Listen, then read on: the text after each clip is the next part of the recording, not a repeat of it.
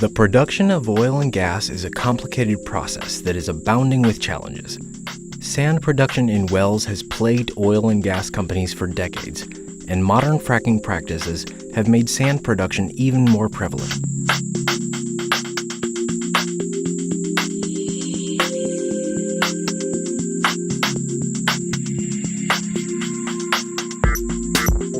The choke valve is designed to take the brunt of the pressure off of the line components, increasing their life and yielding significant benefits.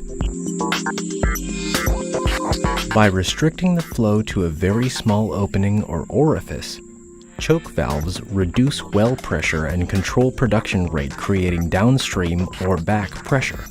There are four main elements of concern in a choke valve: inlet, outlet, trim, and throttling mechanism. Choke valves are continuously subjected to pressure drops, corrosion, and erosion, which can cause expensive breakdowns. Erosion is the process of material destruction. A well stream typically consists of a mix between oil, gas, water, sand, and other various particles. When all of these elements hit the internal surface of the choke valve, it can cause erosion. The material properties of the choke valve and the impact velocity and the angle of the fluid particles affect the rate of erosion. Let's discuss how erosion affects several choke valves currently in use. The simplest choke valve is the positive type. The positive chokes contain built-in orifices called beans. To reduce erosion, these beans are often lined with tungsten carbide. However, these chokes are still susceptible to high rates of erosion. An adjustable choke can compensate for some degree of wear, but a positive choke cannot. The pressure must be isolated so that the valve body can be opened and the bean removed. This is time-consuming and expensive. For frequent flow regulation, an adjustable choke will work the best. One of the oldest designs is needle and seat. This valve has a tapered lead on its stem To restrict the opening by closing the needle against the tapered seat. The seat is typically threaded into the body, and the throttling is achieved by rotating the handle on its rising stem. A narrow opening between the needle and the seat restricts the flow and causes an increase in fluid velocity, since velocity is a function of volume over the area. The seat surfaces act as restrictive devices, which subjects them to a higher friction and deterioration. Multiple orifice valves, or disc-style choke valves, provide improved flow control and shutoff capability. When these openings are perfectly aligned, the flow rate is maximum. When these openings are offset by 90 degrees, it shuts down the flow completely. Erosion is common around the edges of the holes. The high-velocity jets from the throttling ports flow into the valve outlet, resulting in high potential of valve body erosion. As the discs wear out, the valve's shutoff function could be lost. Our next choke valve has fixed cage and internal plug. A stem connected to the cage allows the cage to be moved up and down by the rotation of the wheel, changing the size of the opening for the flow. Inside the choke, fluid circulates in the annulus between the body and the cage. The location of the cage openings forces the streams to collide in the middle. Impinging streams cause hydrostatic back pressure and allow using fluid energy against itself, resulting in minimal wear of valve material. The cage and plug choke valves work best when the cage ports are fully open, which allows the high-velocity jets to be perpendicular to the valve axis. Otherwise, the jets are directed towards the valve outlet and cause its erosion over time. Let's move on to the most advanced choke valve, the cage with external sleeve. This valve is best for high pressure drops and high sand concentration applications.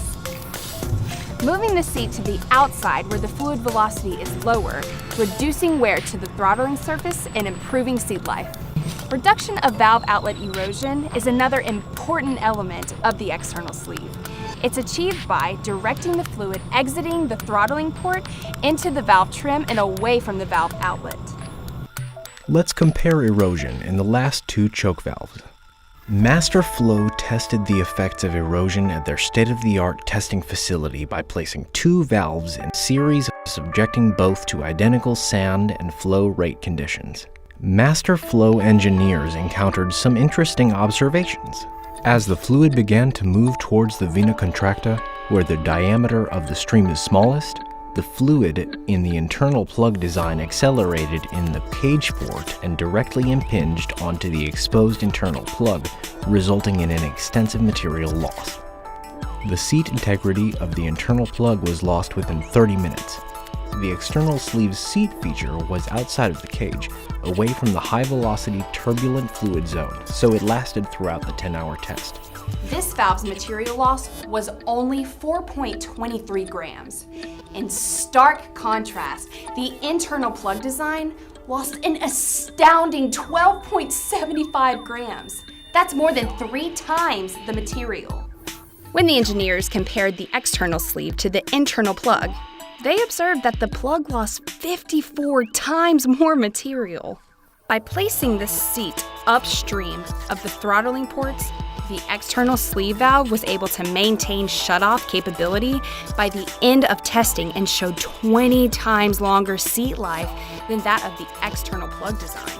Also, the material loss of the outlet sleeve was 3.2 times higher, and the depth loss was 4 times larger in the internal plug valve.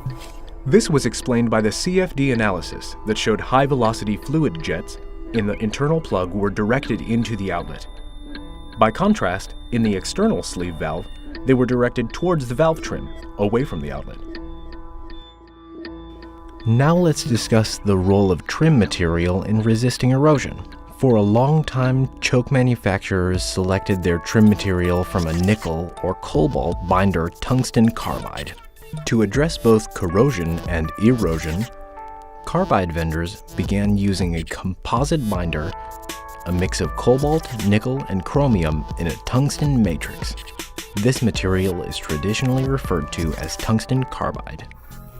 In the tests conducted using the Masterflow erosion loop and several third-party labs, the trims made out of 5CB, a premium-grade tungsten carbide, demonstrated the highest erosion and corrosion resistance as well as toughness.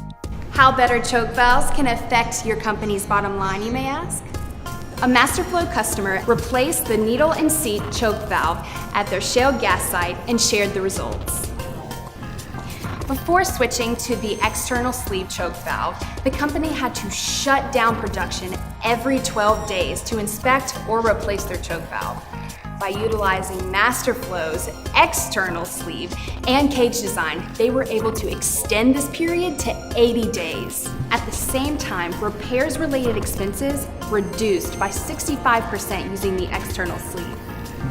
And most importantly, the company was able to increase their production rate from 7 million standard cubic feet per day to 10, due to the improved erosion resistance by Masterflow's external sleeve and cage choke valve. Taking all of the factors into account, the producer was able to turn a $1,500 investment into a staggering $3.4 million of increased ROI.